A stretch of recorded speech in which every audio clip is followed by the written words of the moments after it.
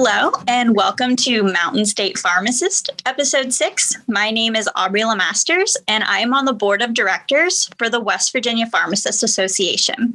I currently work as a pharmacist for a home infusion company, but I have almost 12 years of retail experience. On this episode, we will be speaking with Melissa Sigley and Monisha Prakash from AstraZeneca about a new long-acting monoclonal antibody for pre-exposure prophylaxis of COVID-19 for specific individuals, known as Evusheld tixagevimab, co-packaged with silgivimab.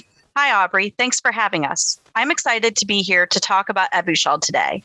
My name is Melissa Sigley, and I am the Respiratory Medical Science Liaison for West Virginia. If anyone has any questions for me, I can be reached via phone at 304-216-3082 or via email at melissa, melisa, .sigley, sigley, at AstraZeneca.com. Monisha, would you like to introduce yourself? Yes, thanks, Melissa.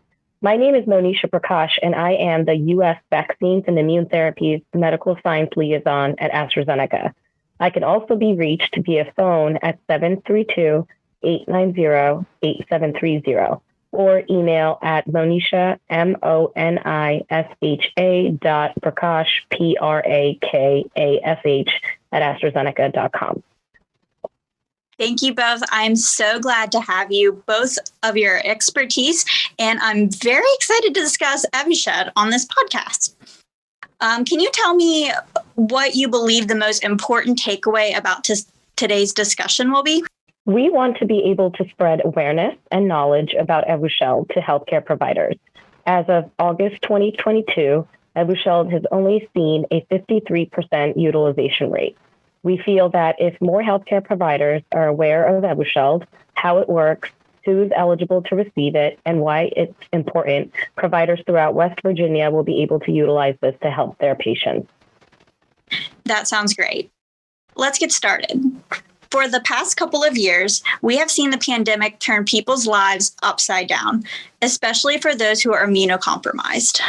Yes, it's very tragic. During this time, however, the world has also seen numerous medical advances in COVID-19 vaccination and treatment.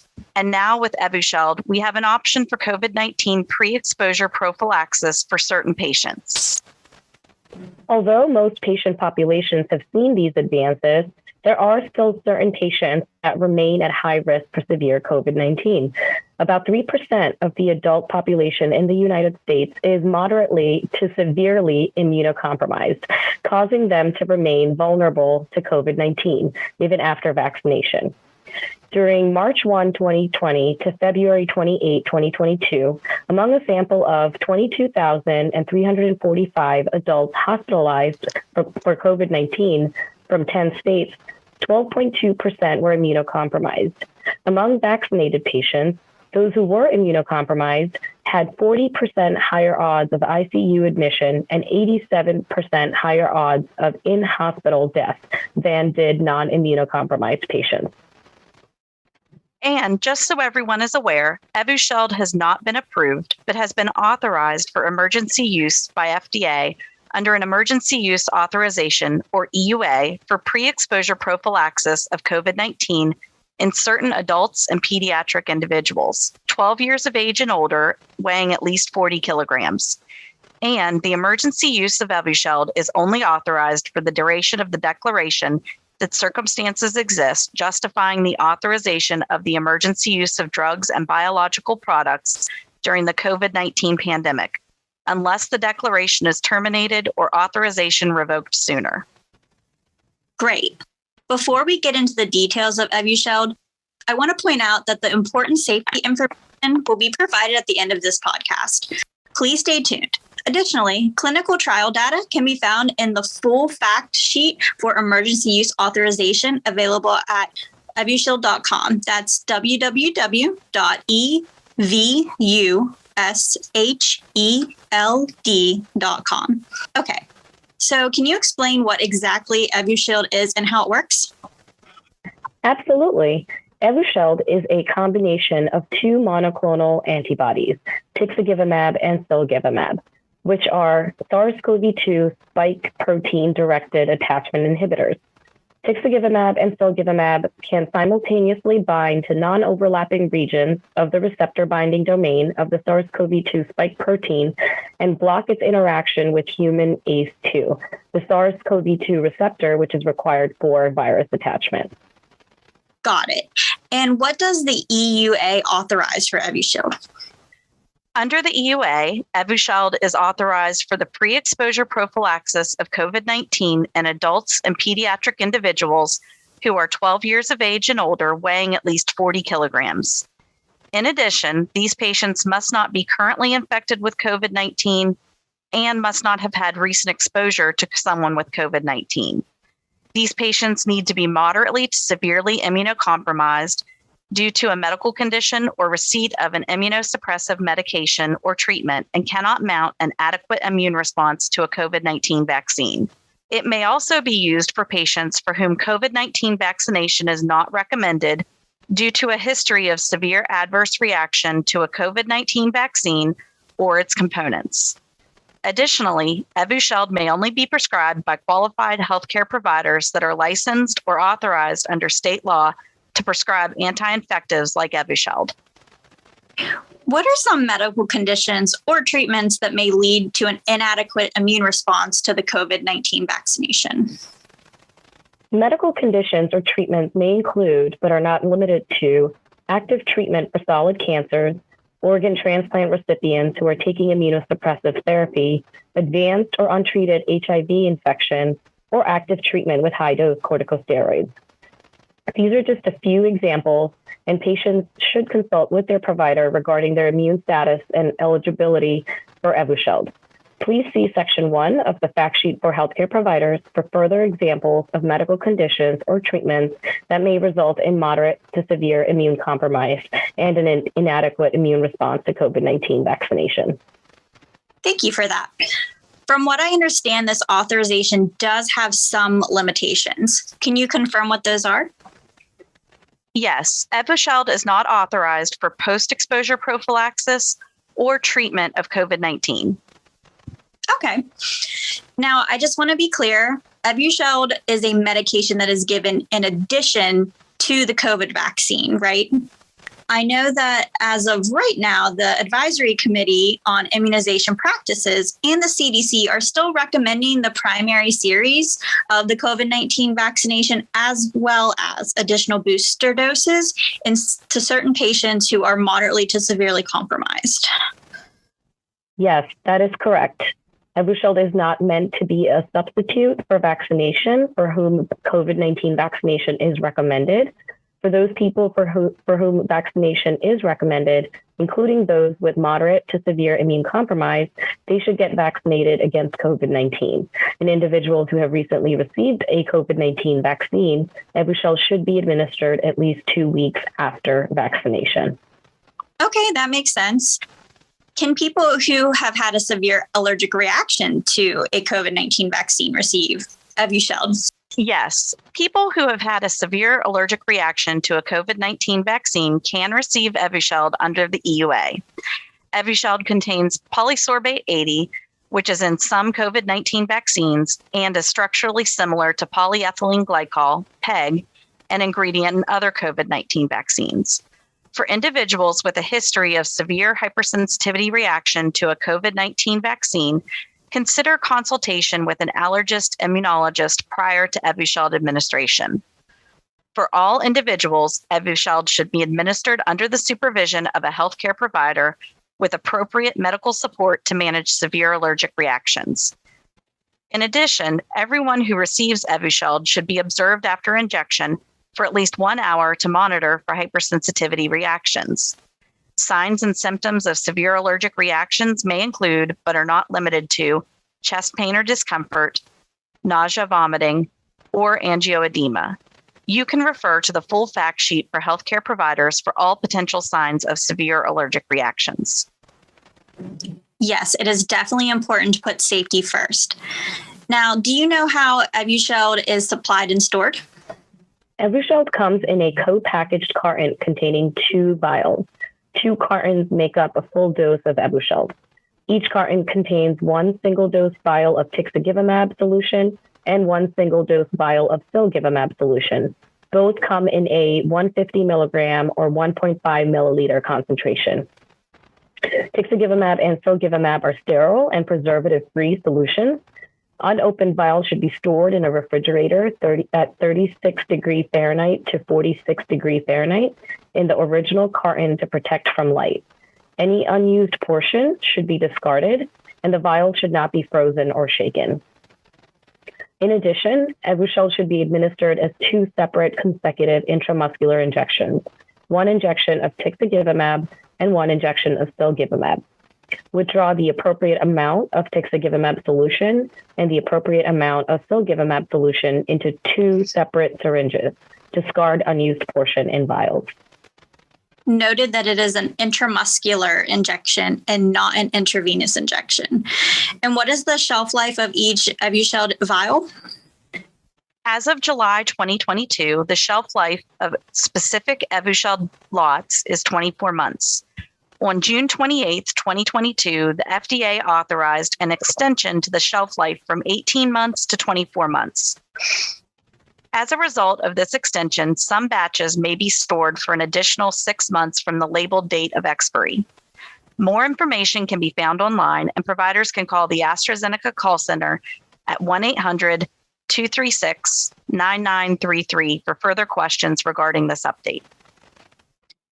Is there anything else we need to know regarding administration of Evusheld? Yes. Serious hypersensitivity reactions, including anaphylaxis, have been observed with Evusheld. Clinicians should consider consulting an allergist immunologist prior to administering Evusheld to individuals with a history of a severe allergic reaction to a COVID-19 vaccine. Evusheld should be administered by a qualified healthcare provider with appropriate medical support to manage severe hypersensitivity reactions. As with any other intramuscular injection, Evusheld should be given with caution to those with thrombocytopenia or any coagulation disorder. In clinical trials, a higher proportion of subjects who received Evusheld versus placebo reported cardiovascular serious adverse events, SAEs, one of which resulted in death. All subjects with events had pre-existing cardiac risk factors at baseline, and a causal relationship between Evusheld and these events have not been established. Healthcare providers should consider the risks and benefits before administering Evusheld in patients with high cardiovascular risk and advise them to seek immediate medical attention if they show any signs of a cardiovascular event. In addition, providers should administer the IM injections at different injection sites, preferably one in each of the gluteal muscles, one after the other.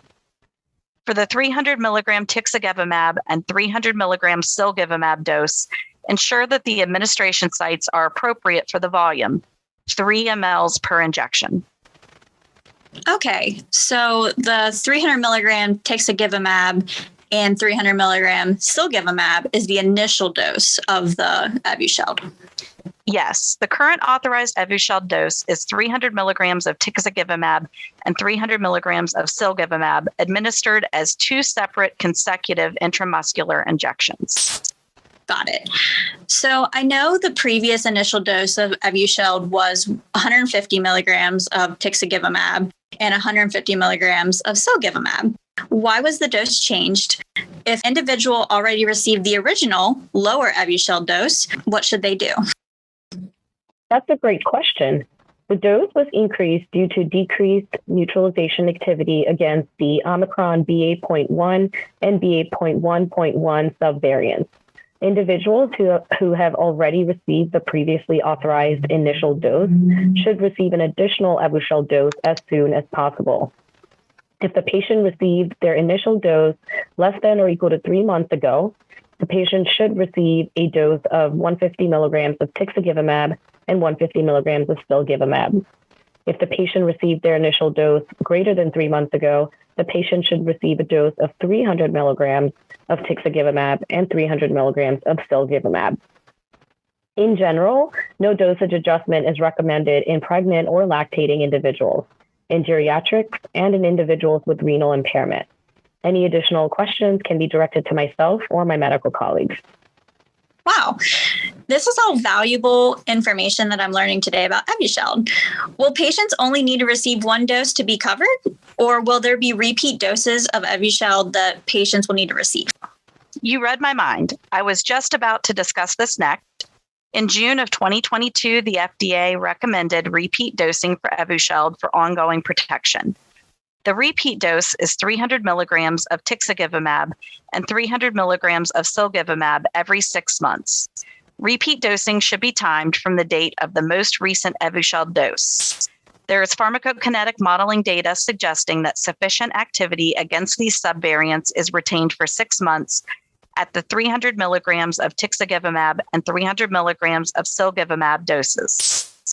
Now, just so you know, the recommendations for dosing are based on the totality of the scientific evidence, including clinical pharmacology data, antiviral activity data, and clinical trial data. Evusheld has only been studied for the prophylaxis of COVID-19 at the 150 milligram of tixagevimab and 150 milligram of silgevimab dose. Additional information on repeat dosing can be found in the fact sheet and FDA resources.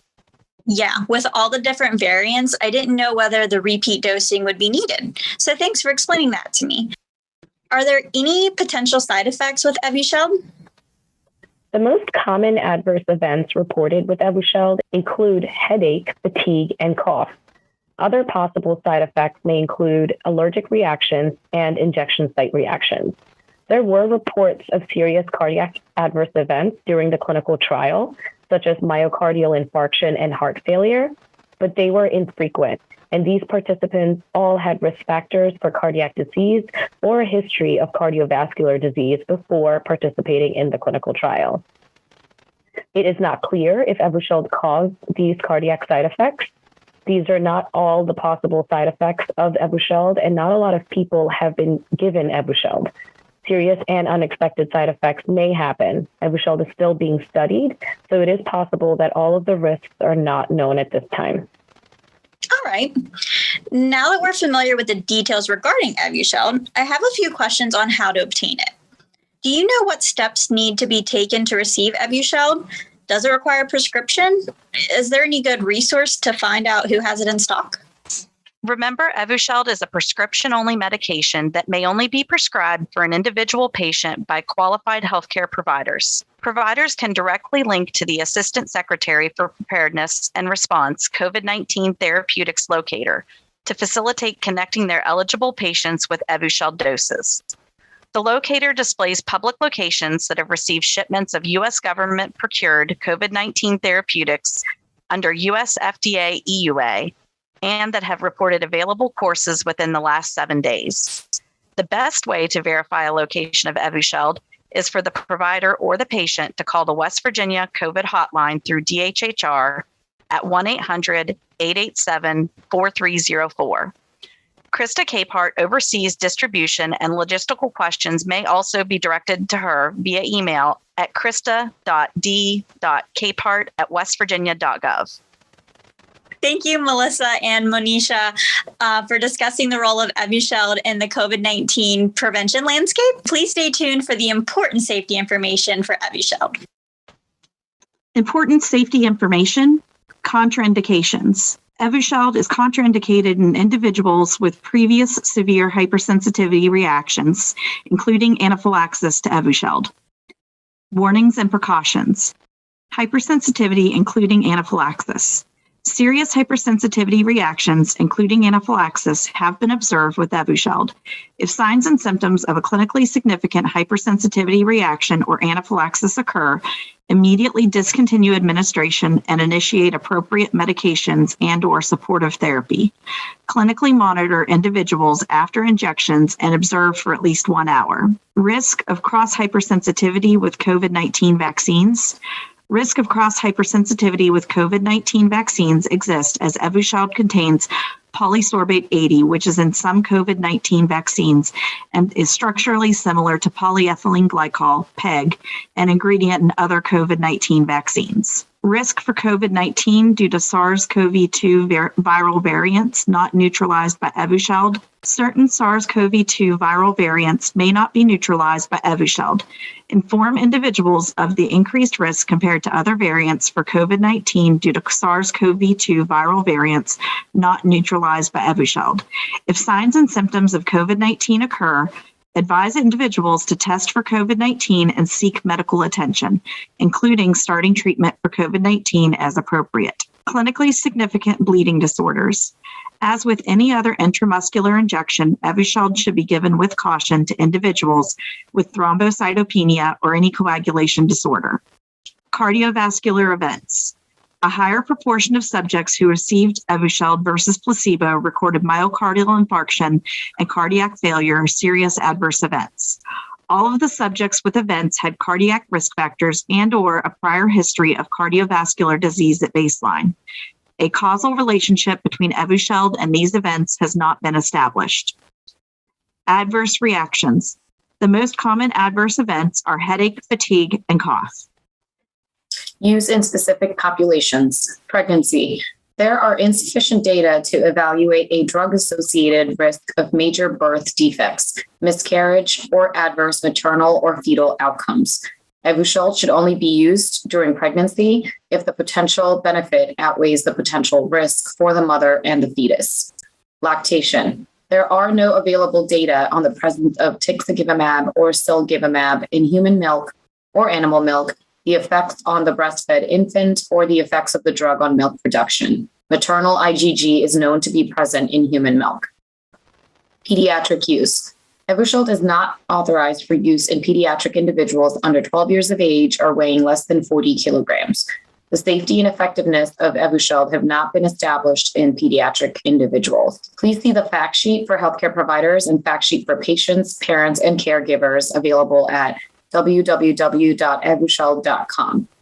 The prescribing healthcare provider and/or your designee must report all serious adverse events and medication errors potentially related to Evusheld within 7 calendar days from the healthcare provider's awareness of the event by submitting FDA Form 3500 online, by downloading FDA Form 3500 and then submitting by mail or fax, or contacting the FDA at 1-800-FDA 1088 to request this form. In addition, please fax a copy of all FDA MedWatch forms to AstraZeneca at 1-866-742-7984. You are encouraged to report negative side effects of AstraZeneca prescription drugs by calling 1-800-236-9933. If you prefer to report these to the FDA, call 1-800-FDA 1088. Mountain State Pharmacists is a product of the West Virginia Pharmacists Association.